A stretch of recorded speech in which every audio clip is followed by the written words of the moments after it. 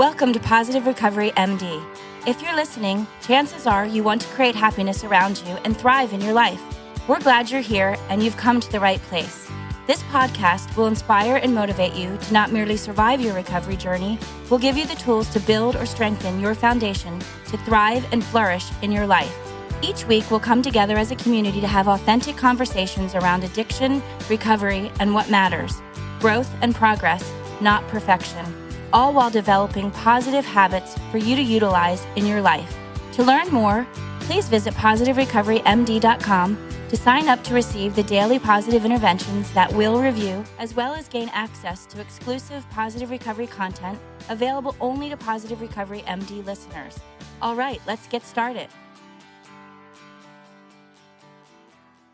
Good day, boys and girls, ladies and gentlemen. Welcome to another installment of Positive Recovery MD podcast with your hosts, Dr. Jason Powers, Julie DeNofa, and we have a very fabulous guest today, Randy Grimes. Welcome, Randy. How are you? I'm great. Thank you for having me. That's awesome. Yeah, man. So Randy comes to us having started a nonprofit, Athletes in Recovery, I believe, and was drafted in the second round from Texas's own Baylor University to the Tampa Bay, second round, right? Number 45 overall. That's right. Won the Southwest Conference Championship in football with Mike Singletary. I didn't realize he was actually a teammate of yours. But so Randy's with us. He's a center. He played 10 years in the NFL. And like many athletes, especially football players and other heavy contact sports, got a little bit addicted to pain medicine because of the pain that's involved. I'll share a quick story. I see a lot of athletes kind of as clients, also as patients, but I saw a football player. I was seeing a football player who, by the way, I'm a huge football fan. I have season tickets to the Texans. Unfortunately, they're sort of like being married to a woman that keeps cheating on you, and then you bring her back. She promises she's gonna be faithful. You're like, I love you, and then wham, she cheats on you. So I'm a huge fan. I get called. And by the way, my son, who's a freshman, is playing varsity basketball. So he's amazing, but I tell him every day that he's a great disappointment to me because he doesn't play football. No trauma there, right? Yeah, not at all. Not at all. So one of my football players he's like really badass. I was kind of starstruck with him, and I don't really get that way, but believe me, this guy anyway. I was saying it, and it was sort of the same problem, and I'm like, man, how do you deal with that? You must have a high pain tolerance. He's like, no, football sucks. I mean, meaning like it's even, the defenders, it is so painful. I'm 50 now, and I know you're a little bit older, not much, but if I stub my toe, it's like the worst thing in the world. I can't imagine what it was like for 10 years getting bashed into 350-pound opposing players without the rules they have today in place. You must have sustained excuse my French, but a shit ton of damage to your body. And you were taking 45 or 145 pain pills a day. How much was it at its worst? About 45 a day. Grasshopper. I know, I'm a rookie. Yeah, man. Oh my God. Okay, cool. Well, at least I have you beat on one count. Why don't you tell us what it was like, what happened, and what it's like now so that I don't get ahead of myself. Well, that's a long story, Doc. I mean, what it was like. Well, and I always start by saying I was that guy willing to do whatever I had to do to stay out on the field. And, growing up, I came from a background of no substance abuse. I never saw my parents drink, never saw my brother and sister do anything like that. It was all football, Friday night lights, pickup trucks, pasture parties, girls. That was my life. Football was religion. There was no indication of what lied ahead for me. And even at Baylor, I went to Baylor, first day of school, my freshman year, I met my soon-to-be wife. I married her after my junior year. Still, football was the only thing that was on my mind. It was the only thing I was working towards, and had a great college career. Like you said, I was drafted in the second round by the Tampa Bay Buccaneers in the 1983 draft, 45th player selected overall. And there was, absolutely no indication what lied ahead for me. There was no history, anything. But one thing I was always real good at, Doc, and that was keeping my mouth shut and listening. When I got in that locker room in Tampa, Florida, I listened to the older guys, the Leroy Selmans, the the Doug Williamses, the James Wilders, guys that were playing at a high level year after year after year, Pro Bowlers, all pros, guys that were able to feed their families and play a kid's game doing it.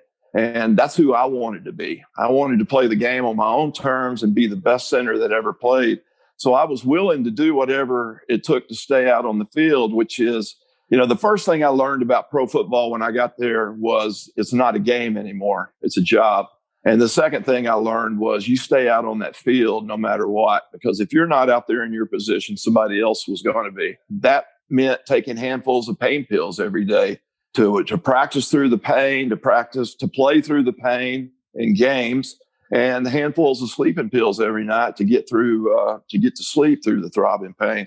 And, I justified it so easy back then because I was getting it from team doctors, so it must be okay, right? Or I was getting it from team trainers, so it must be okay, or teammates. That must just be the culture of the NFL.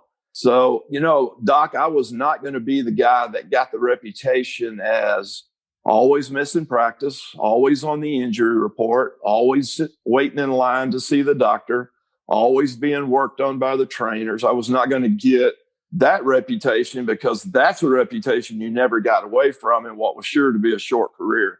So, I took the handfuls of pain pills every day and I got out there. I stayed out there on the practice field. I never missed a practice, never missed a game until that last year. I justified it. I justified it as a necessary evil to be the best center I could be, to feed my family, to be a provider, to play the game on my own terms. Yeah, the way that you're talking about avoiding being labeled as injury prone, I've heard lots of players talk about it. Obviously, lots of people in recovery from pain medicine. The way that you described it really kind of put shivers up my spine because you can't be authentic. You can't listen to your body because it's really like, if you do, you're blacklisted. Yes. Oh, absolutely. And when I talk about that reputation that you get, I mean, that's real because I can remember having those conversations with other teammates about other teammates, guys that were always missing practice, guys that were always on the injury report, guys that weren't available for game day in key games, and that is not something that we as players in the locker room look fondly on. Right. So when did you know that you had a problem that you had to stop? And then when did you actually stop? Well, in the 10 years that I was there, this probably went on for a little over 9 of those years. And the last couple of years, I was playing games in complete blackouts. I'd be at home laying on the couch at 10 or 11 o'clock at night after a 1 o'clock Sunday football game that I had played every down at center. And I'd be at home that night and start coming around. And this is way after the game. And, I'd be all beat up and bruised and scratched up and fingernails all torn up and dehydrated and everything that you are after a football game, an NFL football game in Tampa, Florida. And I didn't remember a single down. I would have to wait and watch it the next day on film with everybody else and to see how I played. And I always played good. And because of that, it just allowed it to go on another week. Yeah, no kidding. And I don't think everybody appreciates how complex the offense is. Like in other sports, like soccer has the same amount of people on the field as football, but except for a penalty kick or a corner kick, there's like 3 or 4 people involved in the play. But in football, you have 11 people involved in the play. Where you go depends on what they do and what the person on either side of you does. So for you to be able to navigate the complex strategy while in a blackout it's amazing, actually. I just don't have words for it. And making all the offensive calls for the offensive line. Dude, that is that's my job. When I break the huddle and I'm walking up to the balls, I'm looking over the defense and I'm getting everybody in the right direction or pointing to the guys we're responsible for.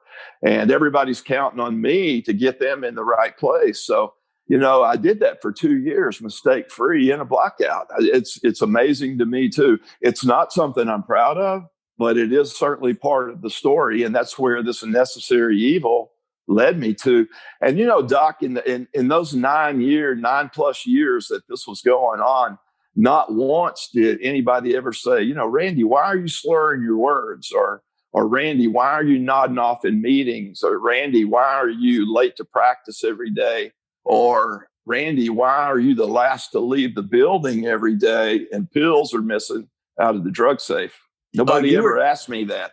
Well, they were probably afraid to ask you that, right? They didn't want to know the answer, right? That's part of it. And then I guess my question, or where I was going in my head and my heart with this, is that had to be just so emotionally taxing on you, but you probably didn't even realize it at the time. Yeah. And what happened in that, like, what was kind of like the big moment where you're like, oh my God, I don't remember anything that just happened? Was it directly related to something on the field, or was it more in your personal life with your family? Well, and believe it or not, with my family, this necessary evil was easy to hide, because when you're practicing in 110-degree heat every day on the Tampa practice field, and back then, it's not like it is now. Back then, we practiced hard 3 or 4 days a week, and we beat the hell out of each other all week long. We were lucky to have anything left in the tank on Sunday to play the game. So with that being said, it made perfect sense for me to drive home and crash on the bed as soon as I walked in the door. So it was easy to hide all this from my family while I was going through all that. But, the first time that I knew I had a problem, even though I was playing in these blackouts, the first time I knew that there was a serious problem was when I had a seizure on the beach down in St. Petersburg. I just had shoulder surgery, and I had to come off the benzos that I was on at the time. After the surgery, I was standing on the beach while people were playing volleyball, and I had a seizure.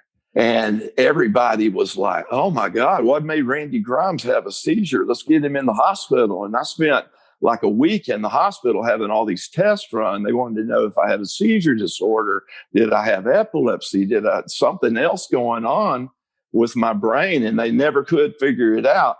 But the more research I did on it personally, nobody else knew the amount of benzos that I was taking along with the opiates. And the more research I did, I realized what it was. And it scared the crap out of me, but it didn't scare me enough to stop. So what made you stop? Oh, Doc, I didn't stop for another 15 plus years. And, every bottom that I hit had a trap door in it. And, it was a combination of a lot of things. It seems like this went on to, and something else I talk about because it's a huge part of my story. And that's when I didn't have football anymore. And, in the 10 years that I was in Tampa, I had 5 different head coaches. I had 6 different offensive line coaches. I probably had 10 different quarterbacks get up underneath me. I had 4 different general managers. We were a revolving door of players, coaches, front office people. But the one consistent thing about the Bucs in that decade was Randy Grimes at center. I seemed to survive every change that was going on with the team. But my last coach, Coach Sam Weish, and this was after the last game, and I was of the 1992 season. It was the last game I ever played as a pro. He walked by my locker, and back then you would come in, and after your last game, you'd come in on Monday after the game. You'd clean out your locker. You'd have an exit meeting with your coach. You'd watch the film, and you'd pretty much be gone until the next spring when minicamp started. Now it's more of a year-round job, but I was standing at my locker, and Sam Weish walked by, and he put his hand on my shoulder. He never slowed down. And all I heard were the words, Randy, your services won't be needed anymore. And my locker was right next to the door that exited our locker room. And then as soon as I turned to look at him, all I saw was his back hit that bar in the middle of that door and exit the room. And I remember thinking, wow, that's how it's over? That's how it ends. All the blood, sweat, and tears that I've left on football fields all over this country. And that's how it ends. A coach not even slowing down enough to look me in the eye and telling me that my football days are over. And that's how it ends. And it's not that I expected to have a street named after me or a parade or anything, but I just never thought it would end like that. And I just raked everything out of my locker into a black trash bag and walked out the back door. And Randy Grimes, the football player, didn't exist anymore. And the reason I talk about that is because I already had this raging addiction going. And now you throw the fact that I had no identity and no self-worth, and everything that I was tied up having that uniform on. And then I didn't have that anymore. That was just throwing gas on an already raging fire. Plus, what Sam Weiss did was cold. I don't care if you were abusing drugs or not. That's heartless. And I can imagine that would be a motivator to keep using, to kind of not feel that pain. Yeah. And it just shows you, like I said earlier, that this is a job. It's not a game anymore.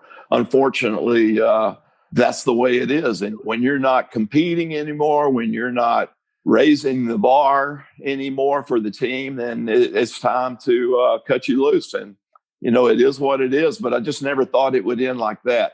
I thought there would be more to it. And, I didn't transition very well. I didn't leave football. And I mean, I twiddled my thumb for years, and the injuries just kept getting worse. The chronic pain just kept getting worse. My tolerance just kept getting higher and higher. I needed more and more pills, and which meant I needed more and more doctors and more pharmacies. And doctor shopping all over Houston for the next 15 years was a full-time job. What happened? How did you get sober? When was the turning point? The perfect storm was coming together in the spring and summer of 2009. I had a good friend that I played with in Tampa named Tom McHale. Played a lot of games next to him. He was my right guard. He was doing the same things I was doing. He was self-medicating injuries he got while he played in the league and with opiates and benzos. And one morning he just didn't wake up. And that happened that spring. I had a series of seizures that were pretty bad. I had one in my truck. I pulled in the driveway and put my truck in park and had a seizure. Had it been a second earlier, I would have gone right down the street and no telling what. I was driving all over Houston knowing that I could have a seizure, looking for more benzos, trying to keep from having a seizure. My daughter had just had our first grandchild, and she wouldn't let me come around him. I wasn't safe to be around him. My wife, she didn't leave me, but she left me. She realized that she was loving me to death, and she just couldn't, for her own health, she had to get out of there. So she left me and moved in with her parents for a while. All those things together, we had just sold the house, but the new owners weren't taking possession of it for another 3 months. So I was sleeping in the floor of a vacant house we had the utilities cut off because we were fixing to lose the house if we didn't sell it. And I was sleeping in the floor of a vacant house with no utilities. And, I can remember laying on the floor of that house thinking, I was a second round draft pick.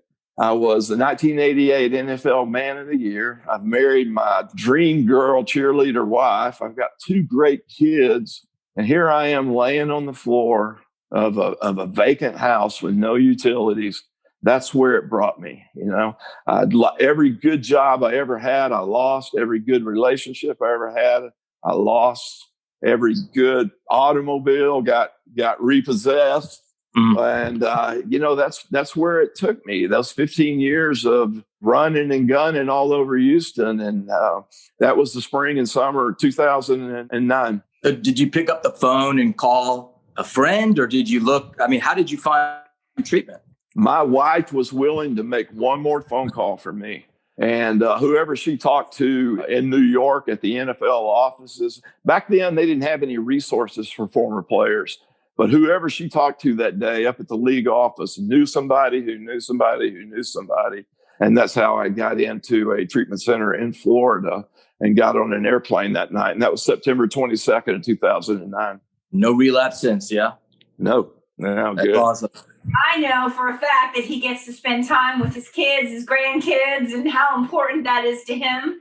So, walk us through that part, right? Now you're just such a big part of your grandchildren's lives. I love seeing you post and brag on everybody, and it feels really nice to see that. How did you kind of get into that spot? Well, for so long, they were so tired of hearing me say, I'm sorry. I won't do it again. I'll take care of this. Yeah. They just wanted to see me do the work. When I went off to treatment and stayed 90 days, they supported me. They supported me as long as I was doing the work. I was even asked to move into a sober home after treatment. Here I am, 49 years old. My family's back in Houston. I'm in treatment in Florida. And they asked me to move into a sober home after those 90 days were over. And I agreed to do it because I was still desperate. I still had that same desperation that I had when I got there on September 22nd, 2009. And Julie, I can remember pulling up to that treatment center that night, and I was so sick and I was so broken and beat up. And somebody opened the door of that old dirty car that picked me up that night at the airport and took me to treatment. And I fell out of the car. And there was about another 30 or 40 feet to the door of the rehab. And I remember crawling on all fours through that door that night. You know, nobody helped me, and I'm glad they didn't, because I remember that. But I also remember how desperate I was to get my life back and how broken I was. I was finally ready at that point. And when I left treatment 90 days later, I still had that gift of desperation that I was willing to do whatever they told me to do. And if that's what I needed to do, that's what I did. And I would come back on campus every day, even though I'd been discharged. I would come back on campus every day from the sober house and just pick up cigarette butts. Just anything I could do to stay in the safest place that I knew. And that was that treatment center. And I needed those people that worked there to see my eyes and hear my voice. You know, I needed that accountability, that structure. That's what I wanted the most, was accountability. Yeah, that's amazing. Tell us about your nonprofit, Athletes in Recovery. Well, and like I said, when I came into treatment, there was no resources out there for former players, former NFL players. And I knew that there was a lot of guys that I'd played with and against who were out there sick and suffering. And for whatever reason, pride, ego, shame, they wouldn't put their hands up and ask for help. If they were anything like me, they probably thought they were the only ones out there self-medicating, whether it was alcohol or opiates or whatever they were using. And they just would not put their hands up and ask for help. So I started Athletes in Recovery as a way to reach these guys, it was a platform to reach out to these guys and say, look, you're not alone. There's other guys that are just like you. I started working with the NFL. They formed a division of the Player Care Foundation that used to be part of the NFL alumni. And they split the NFL alumni in two and made half of it the alumni, the other half the Player Care Foundation. And they supported me in reaching out to guys. And, you know, there's 17,000 former players out there. And we had a lot of work to do and a lot of guys to reach. And we did it. And over the last almost 10 and a half years, you know, we've been able to help hundreds and hundreds of former players and their families. And, you know, that's been the gift to me, is being able to stay connected to the game, stay connected to these guys through recovery. And, you know, people ask me all the time what I miss most about football. And it's not running down that dark tunnel out into the sunlight, you know, behind the pyrotechnics and the cheerleaders and the stands full of people and all that. It's not being out on the field. It's the locker room. I miss the locker room the most. And that's what recovery has given me back. Is an opportunity to be around like-minded people who have been to the places that I've been, that have bled and cried and suffered like I have. You know, that's what recovery has brought me back to my tribe. Yeah, that's interesting, because it's a very small fraternity, being a professional athlete at a high level, and not everybody gets in that locker room. But even the elite people like yourselves, I think of Eric Clapton also, who's in recovery, is a musician of the highest level, is like, for him to say the most meaningful thing that I've ever said is on my knees. My name's Eric. I'm an alcoholic. I played in front of millions of people, but you know, you're right. I had the exact same feeling in the rooms where I looked around at people that used to be patients of mine that I used to look down on, I was looking up to. And that whole like ladder of false pride just wham on the ground. The great equalizer. We're all in the same locker room. It's amazing. It's amazing fraternity and sorority. Yeah. I had Pat Summerall was a good friend of mine, and he told me a story one time. He was a longtime alcoholic, but also a guy in long-time recovery. Right. And he told me a story about his neighbor and how his neighbor was in failing health. He was on his third wife, and his new wife was his drinking buddy, and that he felt like he needed to do something for this guy. So him and a group of guys went over and they did a little intervention on him. This was back in the early 80s, and they got him into treatment, and it was Mickey Mantle. Mickey Mantle said that his greatest accomplishment in life was getting clean and sober. Not the 18 years in the league or the 7-time World Series champ or the 3-time MVP or all the batting and home runs record, 536 home runs. It wasn't that. It was getting clean and sober. And when I crawled through the door that night, and listen, I've always considered myself a pretty tough guy. I've been in a lot of battles in the league and survived most of them, or won most of them, or you don't get to stay in the NFL for 10 years unless you're winning most of those. But crawling in the door that night was the biggest battle I ever had. But Amen. It was also the most rewarding. Amen. And getting my family back. And, it took years of doing the work out here in Florida, and, to gain their trust again, because my addiction didn't happen overnight and my recovery wasn't going to happen overnight either, and I had to gain their trust back. And, they always loved me. They always supported me. But it was that, that I had to do the work. I wrote a book. I wrote a book over the last 2 years, and they helped with it. And that was such a healing process for the whole family to go back and relive some of that and put it down on paper, to talk about it as a family. I'm so grateful for that opportunity too. What's it called, and is it available? It's not available yet. It's at final editing right now, and it's called Off Center. Nice. All right. So I'm going to ask you some questions. Just answer at the top of your head. Right. So, all right. What is your favorite word? Food. What's your least favorite word besides we're out of food? It's raining. Okay. Are you just making these up? Hell no. I just can't remember. This isn't some kind of intelligence test then, right? You're just making it up. Yeah. Okay. It's not like a Wonderlic or anything, right?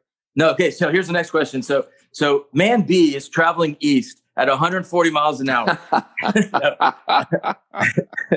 The serious question would be, if you could do anything besides what you're doing now or what you've done, like what profession do you think you would have thrived at? What would you have loved to have tried doing? Well, I don't know. I love helping people. So it would be something in that field, Who would have ever thought that, I always say that, unfortunately, I made football who I was instead of just something I was good at. But I see now what God was doing. He was preparing me for what I do now. I used to think football was the most important thing in the world and that the earth revolved around it. But, I realize now that this is life and death. I've had so many people that have passed away from this disease over the last 11 years that I've been sober. And, I've been on the front lines. I've been in the trenches. I've seen the effects of it, not only on the addict, but on the family. And I'm just so grateful to be involved in this industry and to be able to deal with people and share this hope and tear down this stigma that keeps people from raising their hand. And you are a great resource. Still on this question, what profession would you hate doing? What would be the worst punishment if you had to be like, say, a dishwasher? Or what profession would you hate to be?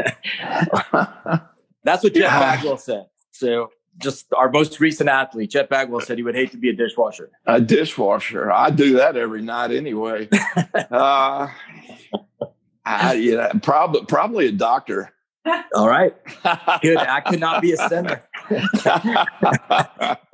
So assuming there's a God, when you die and you're at heaven's gate, what would you like to hear God say to you? Well done. Well done, good and faithful servant. Better than medium rare. I like it. Julie? I like it too. So, well done, sir. Positive intervention, which is part of our Positive Recovery Daily Guide, which Randy will be sending you one of these, the whole book, so you can maybe utilize that on your day-to-day. Today's quote starts again by this famous person, Anonymous. That was me. All right, so I'll say it to Randy. Just because someone doesn't love you the way you want doesn't mean that person doesn't love you the best way he or she knows how. A common mistake is feeling slighted when others don't live up to expectations, free resentments. This is especially common in families and romantic relationships. People don't choose their families, and each member comes with his or her own set of challenges. Although people do choose their romantic partners, many mistake passionate love for true love. Passionate love, the temporary form of insanity brought on by an avalanche of chemicals and lusts, is not true love. True love is unconditional, freely given, and accepting of others. It benefits the giver more than the receiver. As Albert Ellis notes, it's also not a sprint. The art of love is largely the art of persistence. So the positive intervention that we're focusing on is, are you accepting others just as they are, or are you living as if they should be who you want them to be? Is your love for them conditional, or is it unconditionally given because you are loving them in the best way you can? Act on your ability to practice love today by doing one thing above and beyond your normal routine to show your love for someone else. So Randy, I have a little sneak preview just via this wonderful social media thing with Facebook to see that you show up in love all the time for your family, right? And you talked a little bit about your wife and kind of her unconditional support and how she stayed by you through all of this, addiction, your whole career. You married her when you guys were juniors in college? Right. Well, she was a cheerleader, man. He had to snag her up. That's exactly right. Yeah. So through all that, though, in terms of how that looks and how that feels, I know that you go above and beyond with how you show your family love every day. But how did this resonate with you? And even from the perspective of maybe sometimes as an athlete, having to feel like maybe people loved you for who you were on the field versus who you were as a person, or for your fame versus, loving you unconditionally just for you being Randy. I can remember being in treatment and thinking, look at me, here I am thinking for my family, and I'm thinking, hey guys, look at me. I'm out here getting well. I'm doing all this work. I'm going to ride in like a knight on a white horse after 90 days. And you're going to see this different person and look at all the great work that I've done. I can remember thinking that, but that's not how it was at all. There was so much more work that not only needed to be done on me, but by them too. And like I said, they just needed to see me not only talk the talk, but walk the walk. But unconditionally, they loved me and they supported me. And, not only them, but even my friends and the relationships that I had once they saw me do the work and saw me put in the effort. And, that recovery has taught me so much about unconditionally loving people, meeting them where they're at. That's been the most important part of that unconditional love. And I'm grateful for what it's done for me and my relationships, but also what it allows me to do for other people. For sure. Hey, Dr. Powers, any comments or thoughts about this in terms of this positive intervention and how it relates to the relationship part of PERMA, or any of the stuff that we're doing and working on at Positive Recovery? Yeah. So Randy, what positive recovery is based on the theory now that people develop addiction because they're just pursuing happiness. And if you go about it the wrong way, you could develop addiction. And in your case, being an athlete and performing at that level meant if you took pain pills and you got the positive emotions associated with not only winning, but the locker room camaraderie, you got to use your character strengths in battle, running the field, letting your offense know what plays they've got to navigate around. Relationships, not just on the field, off the field, but that locker room, big with relationships. And of course, that just gives you so much meaning and then achievement, being at that level and winning your position basically on a week in and week out basis. So what we think helps recovery's chances is if we help people's lives be so rewarding that the promise of a relapse is kind of like secondary. But in terms of relationships, it's the biggest contributor to overall well-being. Other people have your miseries and double your pleasure. A day like this to focus on being unconditional is all about what we do in recovery, and that's getting out of self and not trying to make the world conform to us, but taking people as they are. And it's a wonderful lesson, something I can learn on a daily basis. And you guys do such a great job of meeting clients where they're at, and I think that's so important for people coming in to accept the whole thing that's about to happen, and that's a good job by you guys. Yeah. The rehab you went to didn't really meet you where you were at. They made you crawl to the door. For God's sake. Well, yeah, you're right. Hey, but something else that happened that night was, the only thing I remember about that night and crawling through that door was hearing somebody say, Randy, in order to get this, you got to have the Desperation a drowning man. And the reason that has such an impact on me, not only that night, but even still today, was as an 8-year-old kid in Tyler, Texas, I fell off one of those paddle boats, those little 2-man paddle boats that you used to take out into the lake. And I got my feet caught up in something on the bottom of the lake and I couldn't get out. And I remember how desperate I was, how I clawed at the water and I was screaming underwater, and how desperate I was to get back to the surface. And, that's my most vivid childhood memory is that happening to me. And when I heard that night, man, had a lot of impact on me. And I knew that I was in for the fight of my life. Yeah, it's the exact same type of fight because you're drowning. Addiction's drowning you. Right. That's so great, man. I love that. It's a great story. Thank you so much for taking the time. For the impact that you have on helping people to get into the space of recovery. I can't tell you how many times someone said, "Hey, Randy's looking for a place to help this person get to. You know anybody? Can you help him find some place for this person to go?" And I just love that you just dedicate yourself into helping people get into recovery. And it's a gift that you have. So thank you for sharing it with everyone. Well, thank you very much. Thanks for having me. And can I say something about Athletes in Recovery right quick? Please. Absolutely. Randy, why don't you tell us a little bit more about Athletes in Recovery? Oh, very good. Nice segue. Well, and like I said earlier, we started off helping former NFL players, but we were so successful at it that MLB, Major League Baseball, got involved, NHL, NBA. I even worked with former athletes from the Jockeys Guild, current athletes that are jockeys, Motorsport Safety Group, MMA guys, golfers, tennis players, a lot of people out here in Florida. But I've had the privilege of being able to work not only with former players, but also some active and current players too.